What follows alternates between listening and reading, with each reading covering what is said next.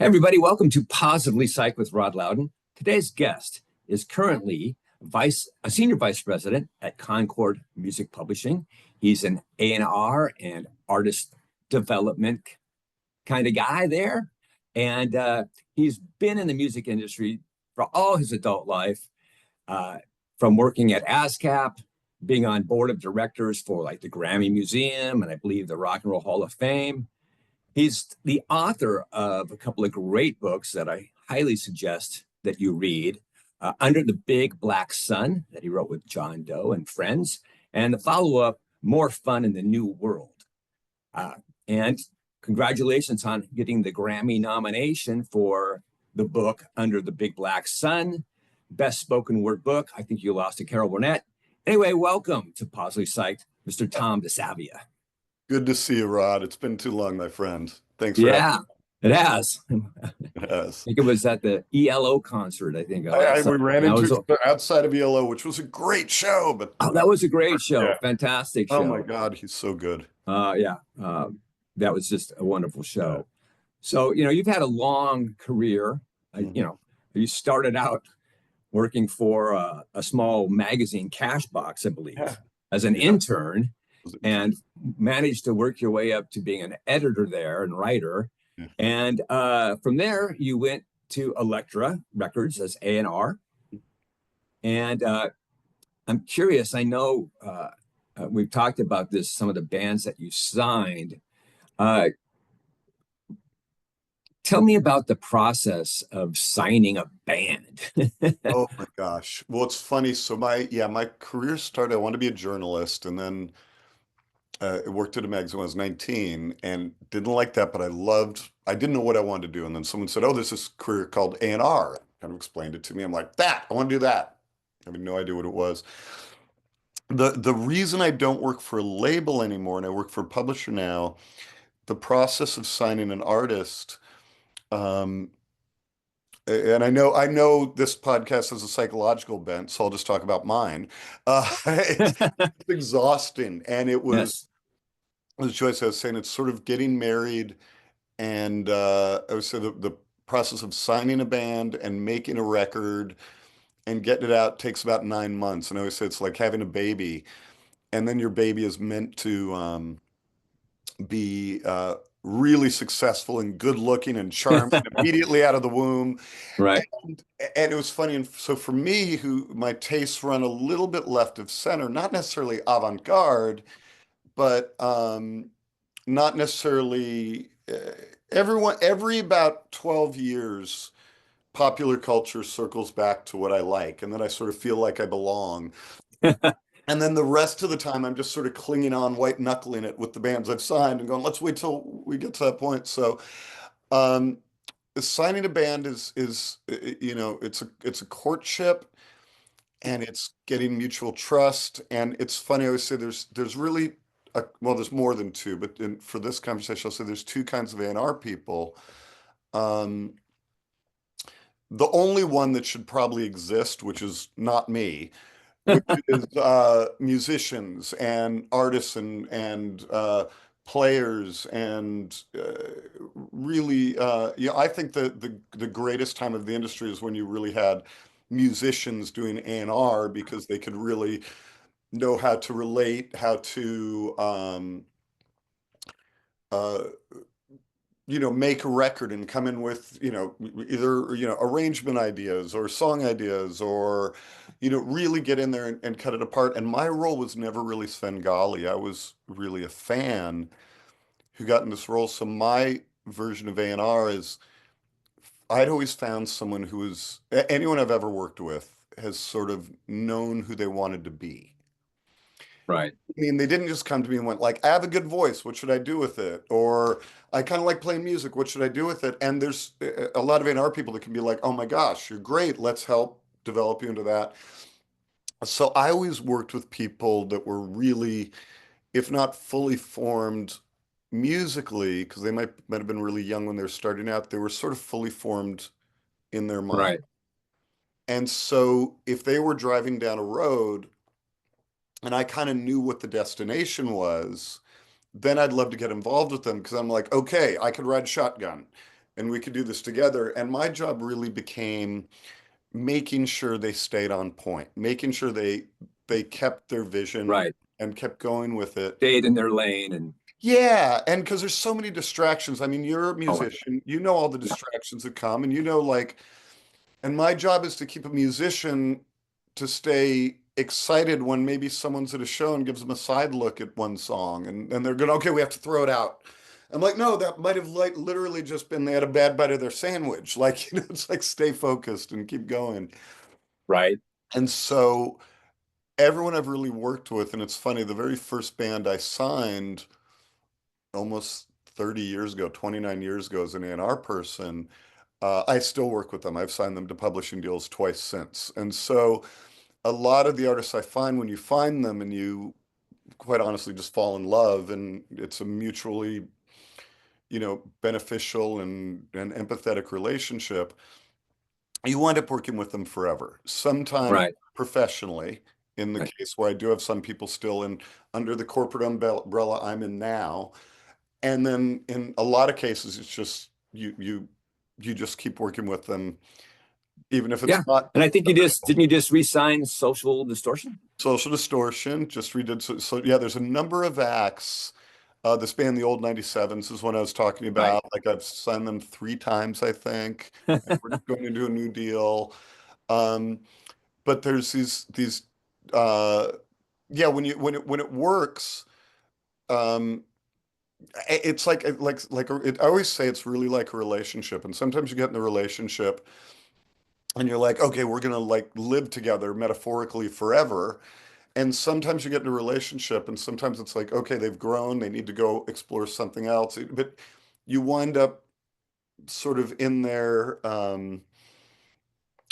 community, in their world. And so One of the band of yeah, it's brothers. it's really fun. And it was funny. I was saying to someone the other day because someone sent me a band that I really like. And they're like, you should try to sign this band. And I went, God, I just love them so much that there's a part of me that sometimes when I find a band, I just want to be a fan. And Right. I don't want to hear all the demos and I don't want to play with the sequence. And I want to hear what they want me to hear. You don't want to see behind the curtain and I'll know what's Yeah, you just want to hear the like it's like that I'm sure with people that work in TV or film like you don't want to see every cut and every angle and every flub and every you just want to see the art they're going to present to you. right. And so and then but when you do cross that line and you get in there it's like being in a family and you want to be Right. you just want to be a part of it. So sorry to answer your question, it's a Yeah. courtship. Yeah. It's a courtship, yeah. One of the things in uh, your first book, I think one of your first chapters, Mhm. and talking about your, I don't know, 16 years old, Yeah. you're in the punk scene in LA, you're in your little collared shirt Yes, Argyle sweater. Very in awkward. these punk clubs or Yes. whatever, and uh, I just I just loved that and just saw that how you're like this fish out of water, but you actually totally belong there, and you really found your your path at an early age. I have a client right now who he gets really pissed at his friends that found that at an early age, and he's like, "Oh, these assholes! They knew what they wanted right from the beginning, and I'm still searching." And that's pretty amazing uh, thing to have found at such a young age. Well, I really, and again, if we're going to come out of the closet together, we're family, Rod. So, Okay. so we know everyone involved. So it's really my brother Tony, and I just say that because you know Tony very well. Right. I was a late in life baby in the family, so my brother at 14 all of a sudden had to share a room with me. Right. Poor guy. So 14 years old and a baby, and God Right. bless him for dealing You with still that. owe them till today. Yes, and so that's really how I got my love of music was from my brother and sister and my cousins. I remember going over I remember Linda having Goodbye Yellow Brick Road and just diving into that record and Right. we grew up in a time when you only heard the music that was either on the radio, you owned, or your friends had. And so for something like um like that Elton John record, which was just, in the culture. There's no way to hear it unless I went into Linda's room and heard it on her stereo. Right. Because Linda's my wife, for those who yes, sorry. And Linda's my cousin. And for Tony, he was playing this mix of, you know, Black Sabbath, The Doors, Creedence, Linda Ronstadt, the Eagles, and I just absorbed all this stuff and just fell in love with it. And that was really the catalyst for music. Right. And then the ability to go to the punk shows at 15, 16 years old came because I was a late in life baby. I was talking where my brother was wrapped in bubble wrap and sort of not allowed to do anything. The accident came along, and I just kind of got a list of 10 things not to do. And it was like a Right. show, and they're like, okay, they just didn't know what kind of where it was. Had they seen the environments I was in, I don't think they'd be happy. uh, it was so I owe so much to my brother Tony Yeah. for really opening up that artistic part of my brain and just exposing me to so much stuff at 5, 6 years old. I just remember knowing when it was music time, and so it really is Yeah. 100% to him. Plus the universe put you in the right place in the universe, and the fact that you're in LA. Yeah. Me, when I was 15, I'm living in Tri-Cities, the dry shitties, as we used to call them, Eastern Washington, in the small towns. And there was no scene. Right. I had no idea of punk. We Right. had our AM and then FM radio and our cassette tapes, and we got exposed to what we got exposed to. Yeah. And usually later, as it came along later. No, well, that was it. It was wild because we lived outside of the city, but drivable to the city. So as Right. soon as like my first friend learned how to drive, that's just to what you were saying, then all bets were off. We were going into the big city Oh yeah. and doing whatever we could. And one other person I really need to mention, when I was 13, I met the gentleman who's my best friend at 13 and remains my longest friend to date. And I was playing a little guitar then and trying to learn guitar because every kid wants to learn guitar. And I met this guy named Adam Levy, who is now one of the preeminent jazz guitarists out there, and he's wonderful. And at 13 was the first moment I realized that. I was like, oh, dang, some people are musical.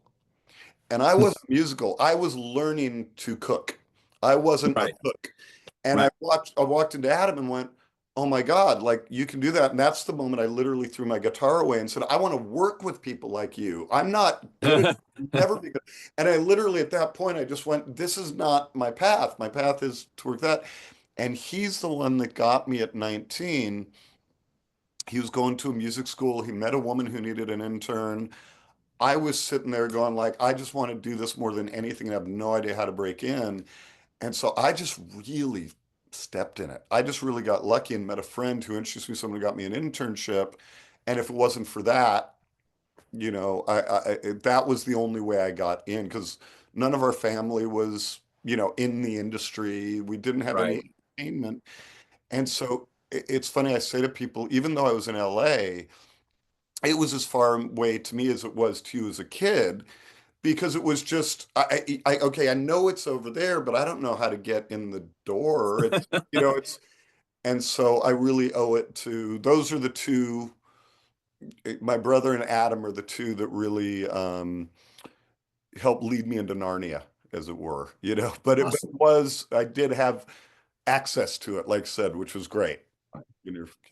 Going back to your books, I learned so much that, Right. there's always stuff to learn. And, the first book covers, punk scene in LA from 77 to 82, and then More Fun in the New World is 82 to 87. And just, and just the different musicians that you have and selected, just amazing to understand that whole scene and how beautifully crazy and creative that was. And how did you get the idea for the book? Well, so when I was 13, Was it your idea, or was it John Doe it from was my S? idea. It was my Okay, idea well that done. berated him for 20 years. That's the reason I'll say so. So I met him. Right. That was the band that sort of rewired my brain a little bit. Went like, oh my God, art and music, and what is this? And it's this other culture that was sort of in the shadows at the time. And I walked into it, and it didn't. That's why I said, well, I never really dressed the part of a punk or felt the need to adopt it because I never let go of what I loved before. I love my Linda Ronstadt records as much as I love my punk records, and I did at the time. And I didn't think I had to be wired into just, Right. you can only listen to this one thing. But when I was at Elektra and that band, and John's band was X, and when I was Right. there, I didn't know any of them, and I just said I'd love to do a box set or some kind of compilation with this band. And the label said, okay. So I set about ringing them all. And through the process of we put together something. And through the process, John and I became pals. And the 13-year-old me, every time we went out, was trying to draw stories from. We'd go for a drink, we'd go for dinner. I'd be like, so what happened here? And I know these little stories, but whatever he told me was like way better than anything I'd ever heard. And I was like, you need to write a book. And he was like, absolutely not, never. And then what happened was 20 years later, uh, myself and his lady, now his wife, Chrissy, she started to bug him too. And then it was his idea that really launched the books where I was just like, you need to write a book. You need to write a book. And he went, he didn't want to make it about him. He didn't want to be just his perspective. And so he came up with the idea, what if we got a lot of other voices in there? So then it's everybody's truth. It's not just my truth. And he wanted to really set out, which I loved, sort of what you just said. Instead of writing just a music book, let's write a history book and make it like, this is what happened in this era. This is the truth. And it's not just my truth. It's the people that were there's truth. And that was the moment it kicked in. And then he challenged me and he said, all right, I'll do it if you do it with me and you go find us a deal. And so I was like, oh, F word. How am I going to go find a book? I have no idea. So I literally went on Facebook and went, does anybody know how to get a book deal? Something like that. All right. And I got a bunch of suggestions, and here's an agent, here's an agent, here's an agent. And I got about 4 or 5 names, and I called all of them. And the only thing all those calls had in common was how fast everyone hung up on me. And I was Exactly. kind of like, I want to write a book about a scene that never really made that much money, and no one really knows the people that much. I was like, yeah, click. I was like, sorry, I interrupted you. Right. No. And then at one point, then a drummer for this aforementioned band that I signed 30 years ago, the old 97s, just went, I went to high school with the girl who became an agent, and she lives in New York. And I was like, sure, I'll talk to anybody. And I talked to her, and she was like, oh my God, this is amazing. I love the idea. Purely, might I say, on the name John Doe, not on the name Tom DeSavia. Sure. I was like, I want to be clear to all your I am the John Oates in this relationship. So I'm the second fiddle. That very happy. Yes, but you and John are still together. Yes, we are. We were the band is still together, but it was his name and the names he could bring in and the story coming from him. And right away she went out and she found us a deal. And then we were like, oh, F word. Now we have to write a book. Oh, shoot. Right. We had 1 year to do it. And so again, it was John's idea to go like the whole scene really started in 77, like I said, and then imploded in 82. It sort of ended. It sort of, we said in the war of punk rock and heavy metal on the Strip, heavy metal won. And this sort of died away, and Right. Guns N' Roses won that war. And now when I say war, it wasn't a war between musicians, but like that, those scenes both happening concurrently. And so he came up with ideas like, let's just do the first 5 years of it. That's the way to tackle it. Right. And so that's what we set out to do. And we got Well, it's fantastic. Again, both of them are just great books. And did you do any of the editing? Did you help any of the other authors? Yeah. So John and I wrote, so a lot of people wrote like they one of two things. There's in both books, some people that didn't want to write, I just interviewed them and then we Okay. turned it into a chapter in their voice. Okay. In other cases, and there were some people that just came and just nailed it and just, Who were some of those people that nailed oh it my God, there was a woman named Pleasant Gaiman, Jane Weedlin, Phil from the Allen Go-Go's? of the Go-Go's. And Yeah. I people mean, are, you'd be surprised. This is a book about punk and has a lot of stuff from the Go-Go's and a lot of their yes. stories. Well, And and people that would was people would never say Go-Go's are punk. well, and that was sort of Yeah. it. We wanted to redefine punk because there's an image, understandably, that the world has of, safety pins and Yeah. spitting on each other and those things and Mosh pits mosh and black pits, which eyes. which all existed, but really Yes. the original punk scene in LA specifically was really Much more born out of loving. like, yeah, like rock and roll Much and more loving. Eddie Yeah. Cochran and very community based Yeah. and very open towards genders and sexualities and all this stuff. So many women in the scene. It was, Right. And then the Orange County people came and then in. the hardcore people came in and it became, and then the really who ruined it was the business people really are the ones that Of course. we always do. Uh, Well, thanks a lot. yes, we're always in there to F it up. Please But stop that now. yeah, so it's always good. That's one truth you always have. That in any form of art, there will always be someone from the business that will come in and try to ruin it, and it's the artistic person's point to know when to ignore and avoid those people, and that's the real talent. Um, That's but your talent. well, it's you try to look. Someone told me early on is like the one stink you won't get off you as a musician not liking you. You could Right. wear a badge of honor having a business person not liking you, and Right. but I work for musicians. I work for musicians. Right. And it's very similar what you do. Uh, we'll shift to this topic because it just popped in. And what I do are very similar. Mhm, We're both guides, yes, right?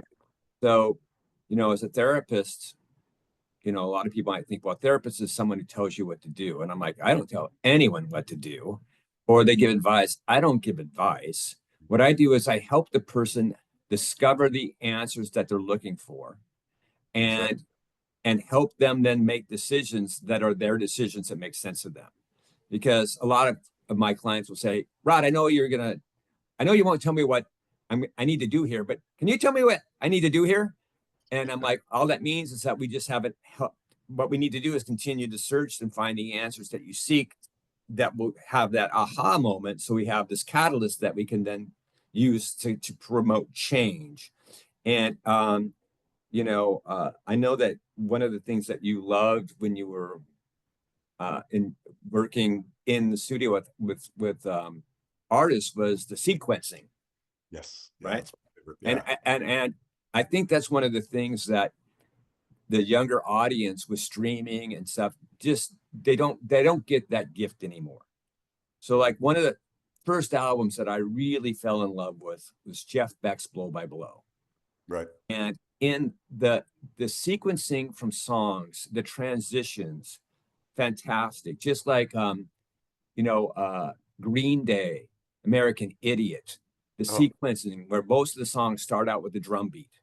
And they're just so well put together. And if a certain song would have been before another song, it would have had a different thing.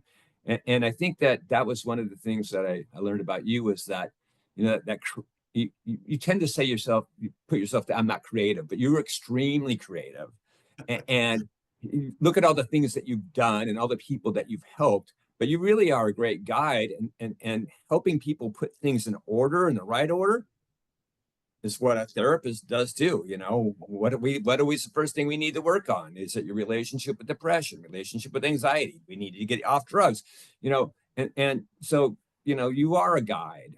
well, and what you just said is exactly it. You could sub out either of our careers, for what you said. I just I'm in awe of creative people. I always have been. That's Well, magic. look in the mirror. Well, but it's like when It's I some awe. actually create music and and a song comes out of nowhere, it's still like I'm a like 6-year-old kid watching a magic trick going, how did you do that? It's amazing. And when you find people, and like I said, it's really, and it's the same, I'm sure, with your work, there's a point where that a trust happens and an empathy happens and an understanding happens. And I always say too, every artist I work with is a fingerprint. Everybody wants something different, and I don't ever expect every person to have the same thing. I have writers who um, send me bits of songs as they're coming together. Like here's half a bridge, or here's an idea for a chorus, or this is a melody out in order. Here's a lyrical line out in where it's going. And some things I literally hear at the point of conception, and I love that. I have other writers who will send it to me when it's finished and it's done, and I love that. And so with each person, and that's what when you said like my favorite thing to do or contribute to are two things, and one is sequencing, because just like I said, I love that point of telling the story, which I will say, and I'm really happy about this, is coming back, and it's coming Cool. back at a really young level where there's people that have gone through, and I understand it's a generational thing, and I went through my own generational things where we've been in a I don't want to say short attention span, but like here's a song, move on to the next, which is really how it was at the dawn of MTV. You didn't really have careers, you had hits. It Right. wasn't until like the mid 80s when like U2 and bands started to come out and started to really present, and you all of a sudden you were like, oh, I know 5 songs off this album, not just one. I'm gonna buy that album. And but I love that point where it, like you said, it takes you through the journey Right. with of the album, and a great one will do it. And just what you said, like just swapping a song here or there. And I don't always come in with the right suggestion, but I'll come up with a suggestion sometimes, or a band member will, or a producer will, or a manager will. And when you find it, you just know it. You're like, oh my God, that's the sequence. That's how the story's told. We solved the equation. And I love that. And that my other favorite thing to do is pulling out songs from the trash, because every songwriter, every musician, every like here's something they decide they don't like it, or they play it to one person who doesn't like it and they throw it away and they never want to go near it again because they're like it's tainted. And as soon as I get trust with someone, I'm like, please give me your trash. And then I always it's like what's that show, the dumpster divers show, where they go into the people's storage unit, Storage Wars. Right. Yeah. Become Storage Wars, because you go in there and you're like, you were throwing this out. You're an idiot. Oh my God, this is incredible. Right. And so those are my two favorite parts. If I had to pick two favorite parts of it, it's the sequencing and rescuing Right. orphans, you know? Well, that's cool. You did mention Linda Ronstadt a couple of Yes, times as being one of your favorite artists, and you got to work with her. I did. What was that like? That was amazing, because so when I was 8 years old, I got an album from my brother called Heart Like a Wheel. And it was the thing she was my North Star in, she didn't write her own songs. And so these records became treasure maps for me as a little kid. I was literally looking at these records going, oh my God, who's Nick Lowe? Who's Elvis Costello? Who's Jimmy Cliff? Who's, any of these people that were, who's Mick Jagger? I was 8 years old. And Right. so, by the time I was, 11 years old, it was who's Elvis Costello? Who's, this is how I was hearing these songs. And so these records became so important to me. And then because it was an 8-year-old foundational thing, I followed her through her career, which Right. became completely eclectic. So then it was like, okay, we're going into opera now. We're going into jazz. We're going into French Cajun music. We're going into opera. We're going into traditional Mexican mariachi music. And so really, I never went to college. And I always say Linda Ronstadt was my college, because it took me down so many paths of so much music and so many musicians where I went like, wow, who's Ry Cooder? This is amazing. Who are these people? And then when I got to Elektra, it's sort of a funny story. I didn't want to work with her, much for the reasons I said before. I'm like, I'm a fan. Right. I don't want to I don't want to meet her and have her be I an don't want to tarnish any of the image or yeah, the like what if love. she's an idiot? What if she's an awful person? What if like and so I was sitting in my office one day, and I knew she was making a record with the producer Glenn Johns, who produced everything from, yeah, the Beatles, to The Who, to Led Zeppelin, to The Clash, to I just name it. He's one of those producers. Never heard of any of those bands. Yeah, exactly. No. A bunch of husbands produced the first couple of Eagles records, produced like all the just Stone Zeppelin, just Right. insane. The And so Giants. they were making a record together for the first time in the 90s. They had met while recording, I think, the first Eagles record. So someone at the company told me they were, and I was at the company. So I was at Elektra while she was recording for Elektra. And someone said she's in with Glenn. I'm like, oh, that's amazing. So one day my my assistant screams out to me, he's like, hey, it's Glenn Johns on the phone for you. And I kind of went, no, no. So I was You like, sure oh, that's the right extension? it's one of my friends is messing with me. So I answer the phone. I was like, hello, Tom, it's Glenn Johns. Listen, I'm working with Linda, and I was talking to someone. I found out you're a big Linda fan, and we'd love to bring you in to hear the record and have a champion there at the company. And I'm going, this is one of my friends. I go, yeah, look, I'm real busy right now, Glenn. And I hang up the phone. Oh, crap. Right out of a Completely, Hollywood movie. completely certain it's that. And so I hang up and I'm like, and then I call a friend that I think back, that I think it was. I'm like, I'm sorry, man. I'm just having a tough day. I was like, don't F with me today. He's like, I didn't call you. And I went, then my sister goes, um, it's Glenn Johns again. He said you hung up on him. Now my heart has sunk Oh, down. crap. I pick up the phone. I'm like, hello. And he's like, hello, it's Glenn. You hung up on me. And then when I explained to him, I thought it was a friend effing with me. He was kind of charmed by it. Yes. Luckily, thank God. Uh, Like, I really didn't think it was you. And he said, look, he's like, and I knew his son a little bit at that point. We had met and become sort of friendly.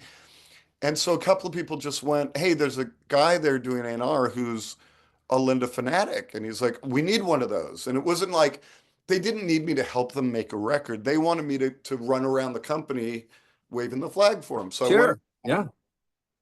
heard the record. It was that particular record was her and Tom Petty's Heartbreakers basically on the entire Wow. record. It was just this Right. fantastic record that unfortunately she didn't tour behind. So it didn't get heard them. But I ran around the company as it was done. And then they decided to make a record with Emmylou Harris and Glenn. And so that point, he brought me in, and I was just, like this, and got to be in that process and went on tour with them a bit. And then Linda asked me to do a box set with her, and so I did a box set with her and did a Christmas record with her and a couple of other things. And she turned out to be the smartest, funniest, Mm. most foul-mouthed, which I wasn't prepared for, which was great too. Just talk like a trucker. It was great. And most musical person I'd really encountered. When I say most musical person, because she had this legacy of experience and this Sure. knowledge, and I just learned so much about the creative process to her. And I was making records at that point, and I was making them with these little bands, and we're making them on modest budgets. What bands? What In bands? studio, this band, the Old 97s, had a guy named Scott Thomas. There's a bunch of acts I adopted that were on the label that didn't have an A&R person. I loved working with I love being in the studio and witness as much as I can. And with Linda, I was making, I remember, an Old 97s record and a Linda record simultaneously. And we had a budget where I'm calling them going like, okay guys, like really the food budget is sandwiches for the rest of this thing because we're running out of money. Take Right. it. And then I'm talking to Linda and she's like, there's a piano in this bar in San Francisco that's just got the tonality that I just love and I need on this record. Fly it Can you have it moved from that bar to Skywalker Ranch where we're making in. the record? And so I'm literally, me and my sister are arranging for a new piano to come into this bar while we take the bar piano that she loves and bring. Wow. And so I had and she's earned it. She's sold 100 million records, so she can do Right. Not going to say no. it. And but just having this Right. dichotomy Feast of and famine. things, it was so much fun. But she was um wonderful and giving and just funny as hell, and just watching her create. And of course now she's suffering from sort of it was originally diagnosed as Parkinson's, unfortunately became a more serious diagnosis. Right. That so she can't sing anymore.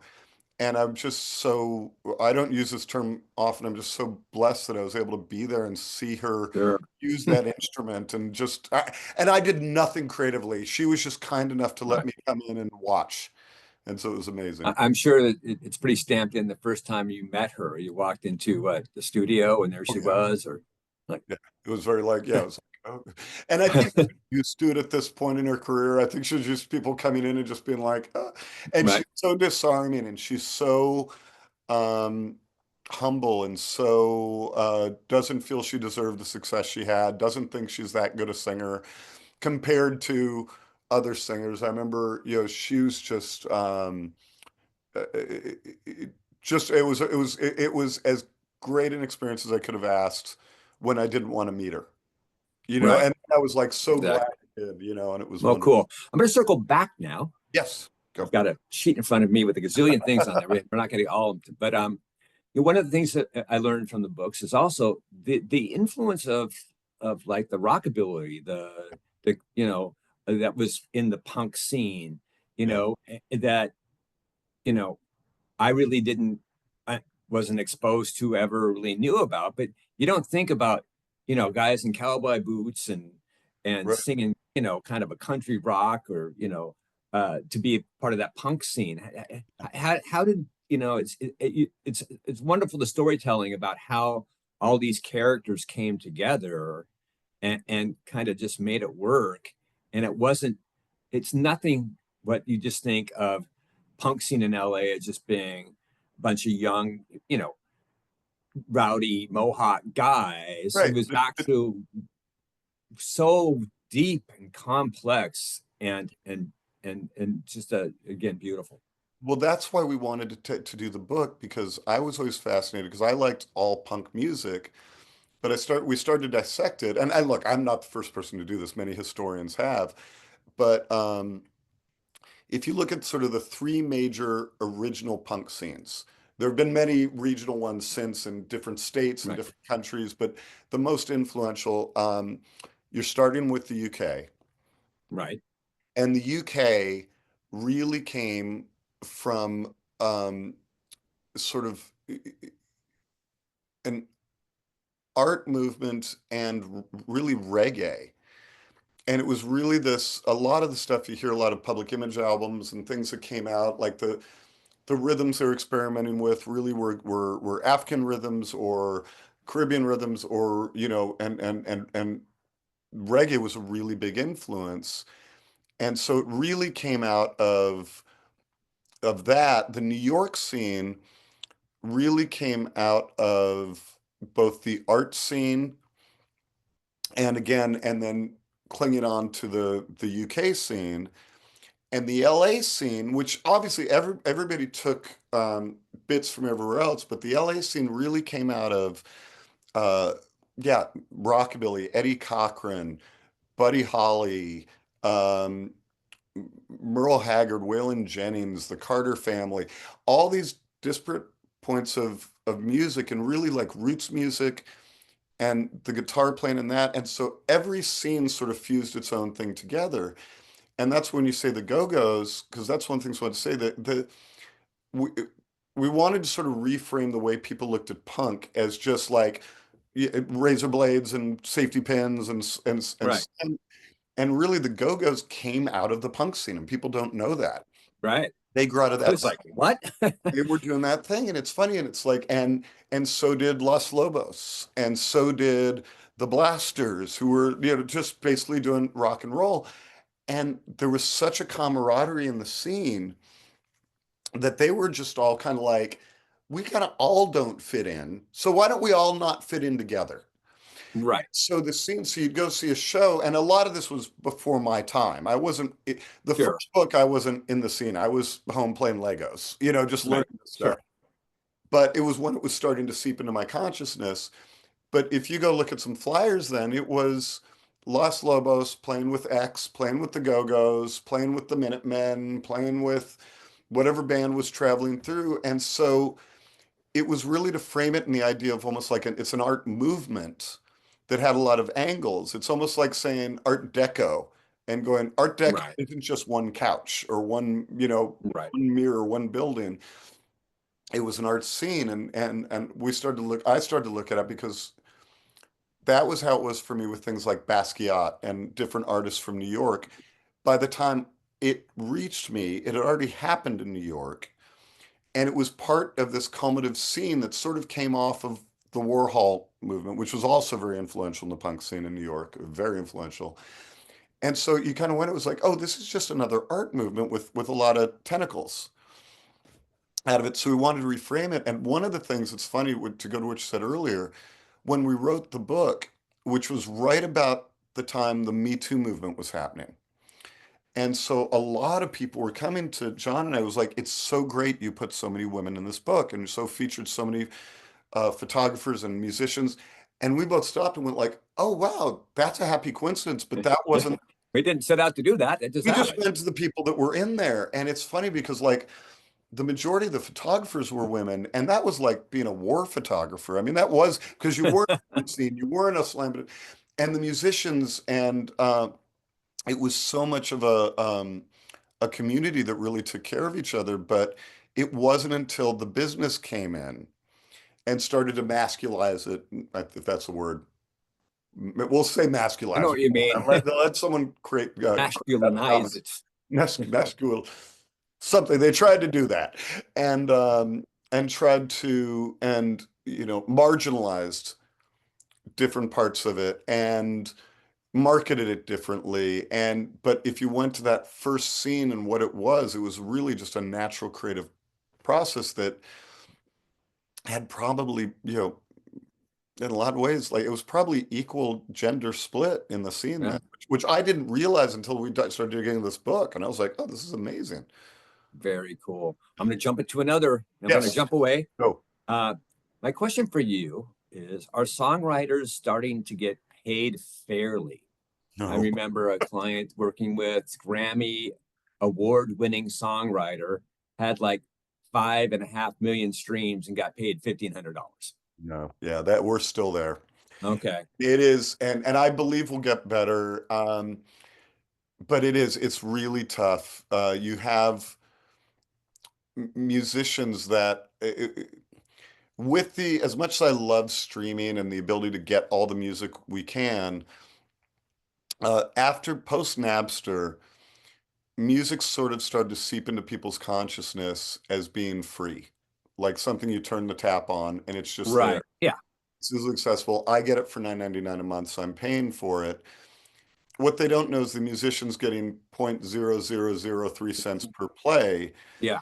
and it's very different from look, musicians have been marginalized and ripped off since the minute there was a Oh, contract, yeah. and Since, probably right. before, Early days. because musicians are very easy to manipulate to go into this world because musicians are someone who literally cut their chest open and drop their innards out Right. and are not brains are not wired in most, and I want to preserve that too, to be a business person. Your job is to be a Right. creator, and you're supposed to be taken care of by the business people that's Yeah. right. That doesn't happen. Right. And it should be taught. So, I went to Musicians Institute Sure. back in the days when it was a 1 year kind of boot camp.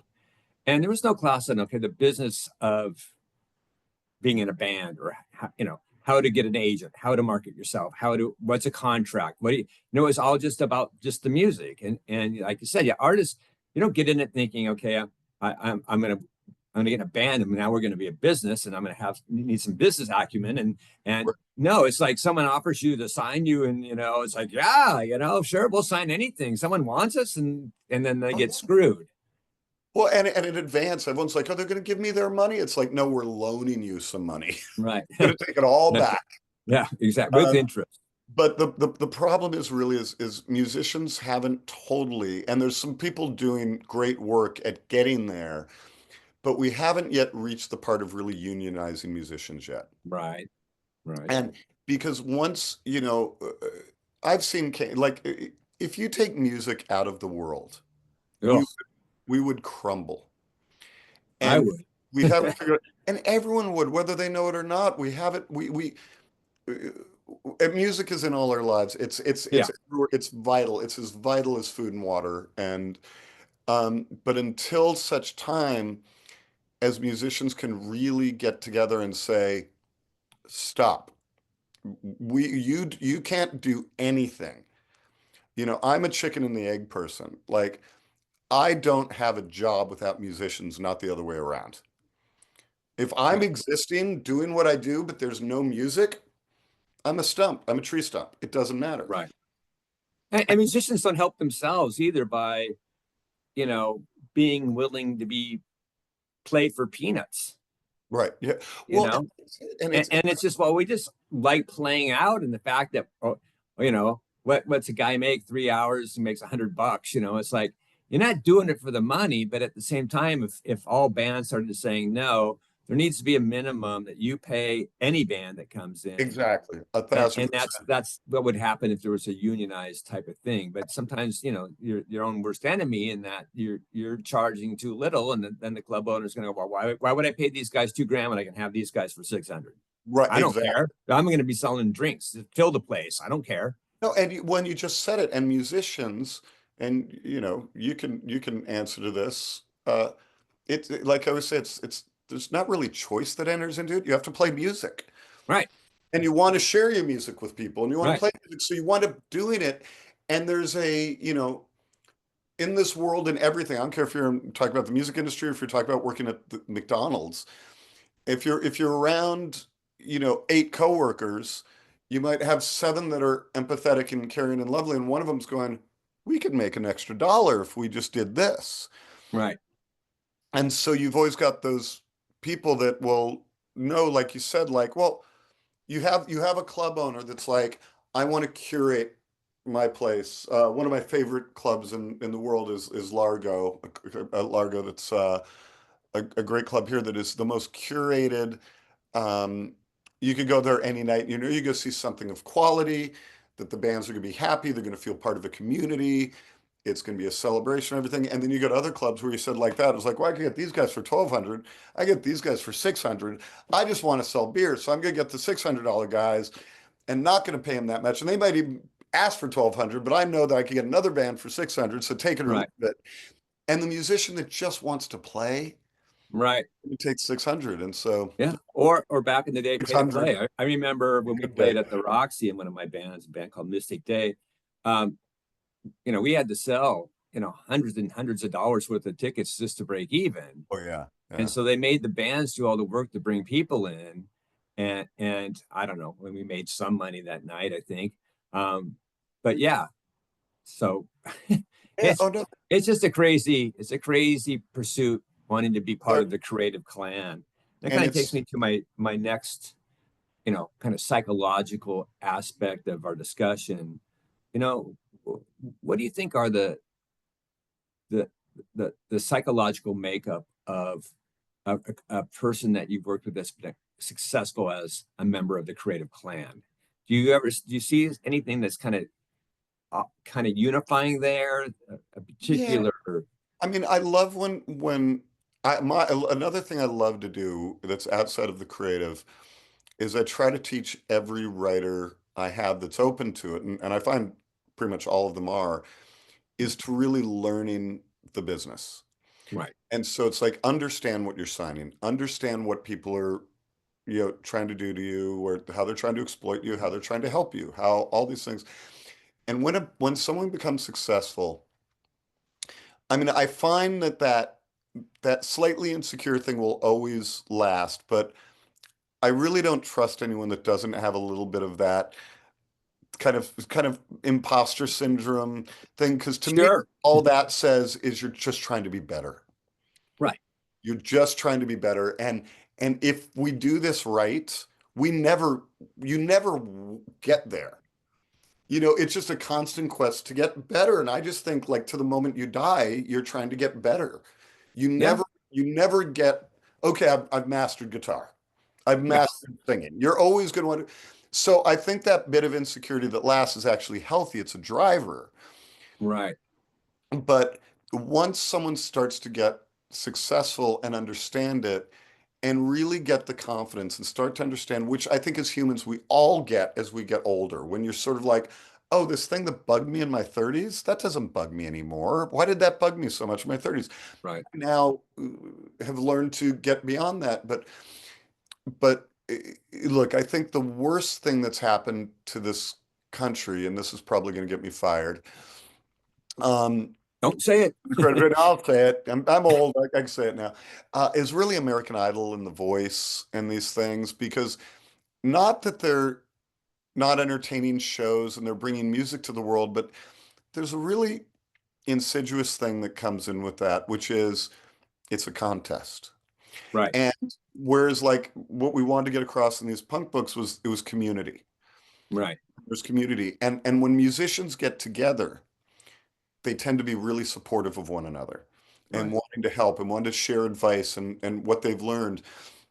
And little things creeping in and the sort of the reality TV world we're in. I think I'll actually say overall, I think it's reality TV that effed us. Right. It has nothing to do with reality at all, and it's completely scripted and edited. So, Exactly. But the idea that like an American Idol thing that like, okay, you're all great, but we're gonna be eliminating you guys. And you guys kind right. of fight each other. Exactly. Like, The other thing is also, I think it contributed to the death of bands. yeah, well, You don't have bands on these shows, yeah, and in the 2000s, bands start. You look at the top charts from the 90s or 70s, 80s, 90s, up until that point, bands, bands, bands, bands, bands. You look at the top 10 charts right now, solo artists, solo artists, right, solo, right, solo, solo, right, and so many of them are women that also dance, right. and it's like this very cookie cutter thing. Um, do you think bands are going to make a comeback? Absolutely.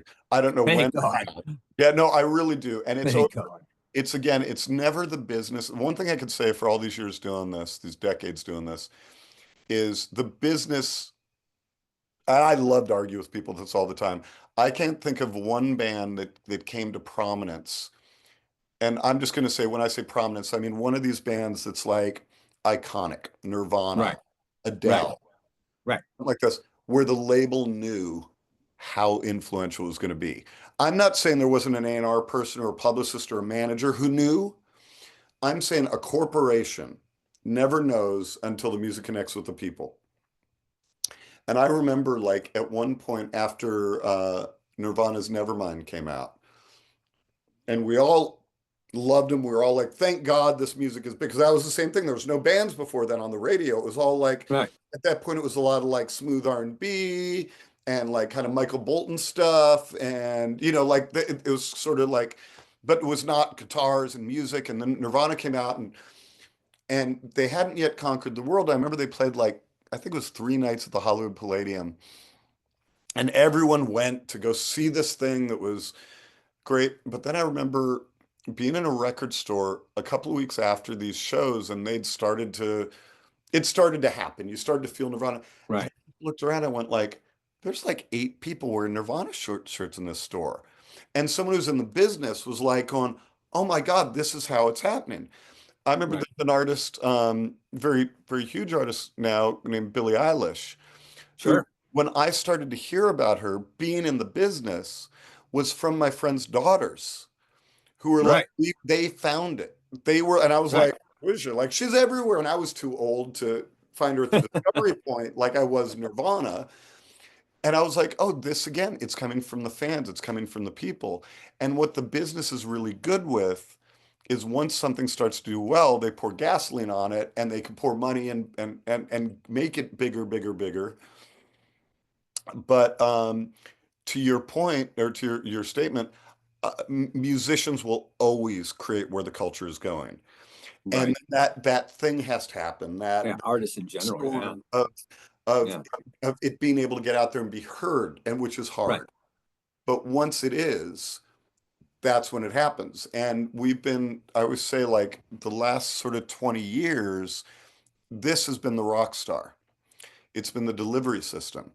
People have been more excited about. It's been the manufacture of anxiety and depression. Yeah, and it was like people were more like, oh, it's the device rather than the content. And I see us going way more back to the content. Right. And people are like, wait a minute, okay, because now when I show like my nephews something I could do on my phone, I'll get an app that turns on a light. I'm old enough to still be amazed by it and go like, oh my God, this is fire. Sure. They're born into this and they're looking at me like I'm showing them indoor plumbing. Right. They're just like, I'm showing them electricity. They're like, what? We can get Yeah. that. Our brains are as excited about your phone as you are, old man, And so, Right. and they're more like when they find music, they're lost in the music the way we were. And so it's just going to take a generation. Yeah. Generations always save everything. Um, Business people always F it up. There's like we could go on there, we could build on this, build on this, build on this till we're Sure. not interested in Well, anymore. one of the things that's exciting to me is there's a lot of popular YouTube channels right now where you have young people experiencing like Rush or Led Zeppelin for the My first favorite time. thing to do. And I Yeah. love watching these because, I watched one the other day, this young man, first time he was hearing Stairway to Heaven, and he just kept getting, well, this is really good. And just getting blown away. And then by the guitar solo, it's just like, oh my God, Yeah. or hearing, just Rush and like the complicated meters and the lyrics and Getty's voice. And they're like, wow. And I'm like, yes, they're rediscovering. They were deprived because they were fed this bland, Yeah. gruel. And now they're discovering what it was like before all this, when bands got together and they created and they went into the studio and they made an album in 5 days, and there's mistakes in it, and there's no mics that make your vocals sound great, and there's it's beautiful. I just love watching these reactions. That gives me hope. It's funny you said those became my, there's a famous one that happened with these two young kids who were acting to, I think it was In the Air Tonight, that went sort of viral. And they were just like, you see these little kids just Yeah, I've going, seen them. Yeah. like little kids, like 16, 18, Yeah. Yeah.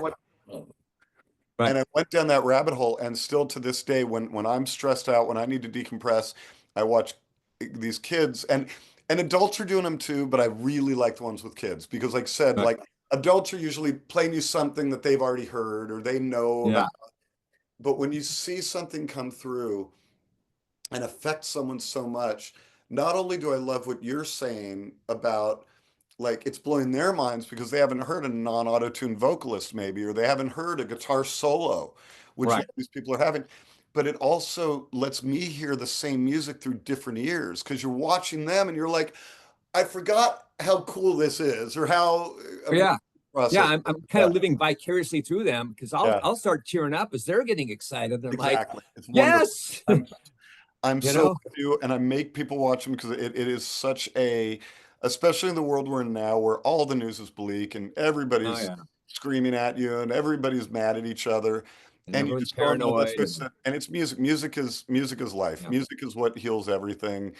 Music brings us together, and music is the one commonality we can all have, no matter what your political beliefs, your religious beliefs, or whatever you are. It's like you put on a song and I really want the next generation to take it back and not be just reliant on ours and yeah. what it came before. And I really think we're in a point. I'll just end this a little bit with this. One of the things that was so inspiring to me is over COVID, both Fender and Gibson sold more instruments than Ah, they have in their history, and more to young girls than ever right. in their history. And I'm like, okay, some of those are going to be parents like, just keep yourself busy over there. But out of that, there's going to be some kids we're going to see coming real soon that have Right. learned to play an instrument, that have learned the craft of singing, that have gotten away from their laptop and walked outside with a guitar or a bass, or went to the garage with a drum kit and are going to do that again. And I really think we've got it bubbling under. I'm seeing some stuff Yeah. happening now uh, with musicians that are young that are just going like, "Oh my God, you're reincarnated." Oh yeah. So I think That's it's a good place. that's one of the things that in watching the Grammys this year, I was actually like, wow, that was a really good show. Yeah, And there was a ton of young female shredders on yeah, guitar that were in there, and I thought, okay, it's shifting away because I've watched. There were times in the past where I watched the Grammys and I just could not relate to it. yeah.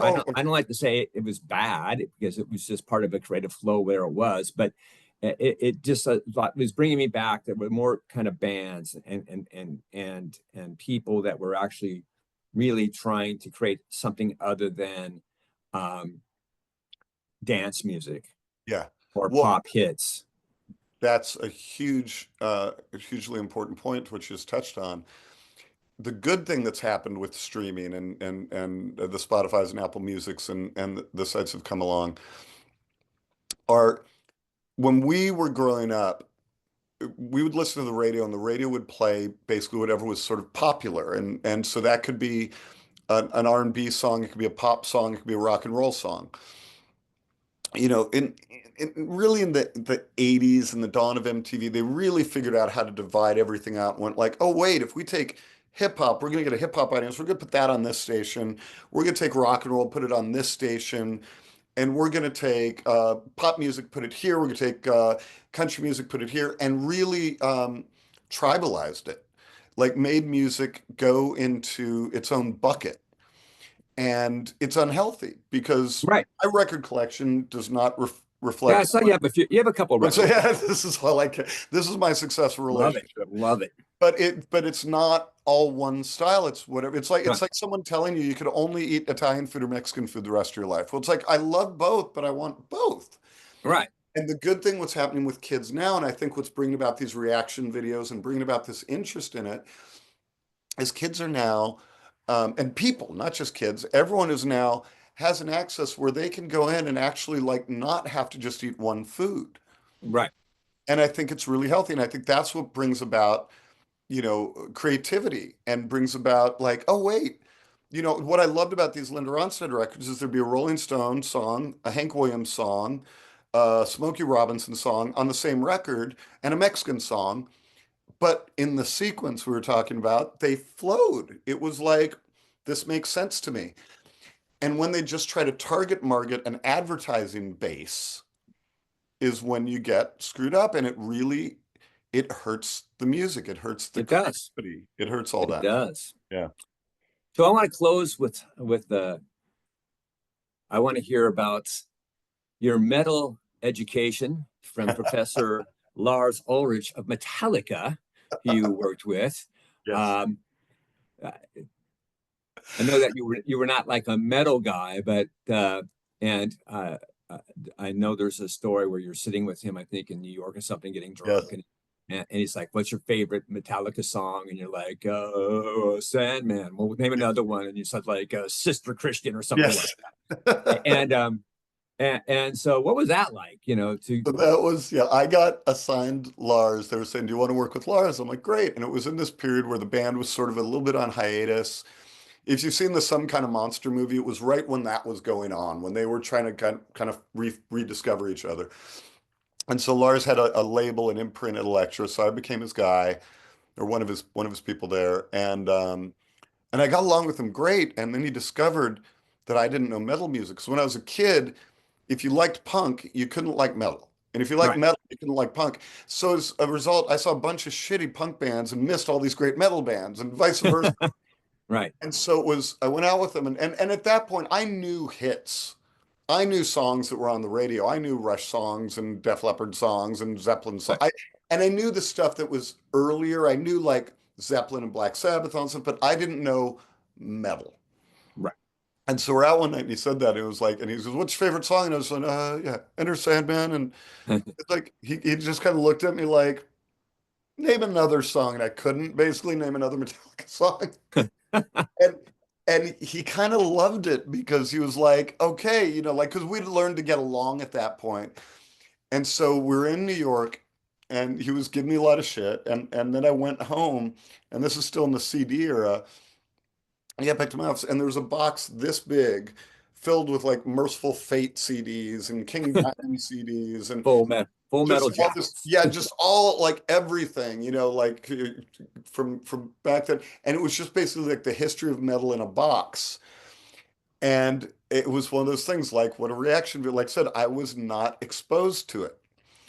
And because all my friends were into the same kind of music I was, and I was aware of it, but I was like, oh, that's not for me. And it just like it just really opened up like, oh, I like this stuff, not this stuff so much, but this is great. And Right. this is so much better than what I, thought it was. And so I really owe it to him to really like kicking open those barn doors and going like, you haven't been listening to it is your problem. And he was absolutely Right. right. Yeah. Well, that's a good point to kind of that circles back to the young people finding music that they hadn't been exposed to, and just how cool that is, and how, it's important for us as human beings to keep an open mind and to be curious. Yeah. You know what you like? We tend to give a higher weight to nostalgia and sentimentality, which Right. is like because it is like I said, when I hear certain music, if I put on, you know, Fleetwood Mac's Rumors, Right. it takes me back to just a really I'm happy, and I'm also like, well, I was also a little kid, and I didn't have debt, and I didn't have to worry about politics. I didn't have to worry about employment. And it just takes you back to that innocence. So we love that best. But when we're exposed, when we let ourselves be exposed to more, like I said, it's falling in love. You just hear something, you're like, oh, this is resonating with me. But Right. we're so tribalized in the world, under with that, without making commentary, we've been so thrown into um, buckets that we must live in Right. that we didn't have before. Us and them. Us and them, and turning each other against each other in so many Right. ways. And it's like, and that the commonality is art. Yeah. It really is. Absolutely. That's It's the where we find glue. that's the One final question. yes, of course. I love this. What was the first album you ever bought with your own money? First album I ever bought with my own money was at the Kmart in Northridge, and it was Wings at the Speed of Sound. It was Paul McCartney's disco record, the one with Let 'Em In and Silly Love Songs Right. Right. and all that. And I remember those were hits. And I remember like going and buying that record and like I listen to it now, and it's really like, especially if you listen to like Let 'Em In and Silly Love Songs, it's really like kind of his response to disco at the time. Right. I was so excited because I'd only bought 45s up until that point, and I just cherished that thing. And Ah, it was like, and it's not a great album. It's another one of those, like, it's a good album with a lot of good songs on, but it's not like one of those perfect albums, but it was all I had. And so I just yeah. left the tone off and listened to it over and over and over and over again. Mine was Ted Nugent's first album, Ted Right on. Nugent, in '76. And one of the reasons I fell in love with guitar, for sure, that, and again, Blow by Blow, Jeff Beck. And, I was lucky enough that my father, worked in radio his whole life. Right. And uh, I came home one day and to find in the front window basically 7 Deep Purple albums Right. and maybe a couple of Led Zeppelin. So I'd gotten albums that wasn't, but that was the first one I said, I want this album. I heard, I don't know, Hey Baby or something on the Yeah. radio. I'm like, whoa, I need Snakeskin Cowboy or yeah. Stranglehold. I'm like, yeah, boy. And I still have that album. I don't have the album collection you have, but No, but that was it. And I same thing. I benefited from my brother Tony and my sister Chris, who he had, they both had Beatles. That was foundational. They both had Beach Boys. He leaned more rock and like Zeppelin, Sabbath, Cream, Doors, Creedence. He loved Linda. That's where I got my Linda thing from. My right, sister went more towards like Cat Stevens, Joni Mitchell, um, things like that, which I ate up too. And so I had Elton John. And so I had all that stuff in their collection. So I like sort of sure, had these right. records around that I had access to, which was amazing for me. Yeah, and I'm sorry that the people today don't have the pleasure, and they can go find it because the record stores still exist. But going to a record store and leafing through them, Yeah. looking at the artwork, looking at the album cover, going and buying it, ripping the cellophane or plastic off of it, throwing it down on your turntable, and Oh you yeah. know, Well, I have a great shirt somewhere that says, sorry, this might be not for family. You might need to edit this out, but it just no. says you can't roll a joint on a digital download. And I think that like pretty much nails it. Exactly. Oh, how many times the album cover? Yeah. Well, Tom, thank you so much for Thank coming you, on Rod. Positive Psych with Rod Loudon, and I can't wait to have a beer with you soon. Let's make it happen soon, okay? This was really fun. Thanks for having me, Rod. Oh, thank you. All right, take care Take care. and Bye. namaste. Namaste.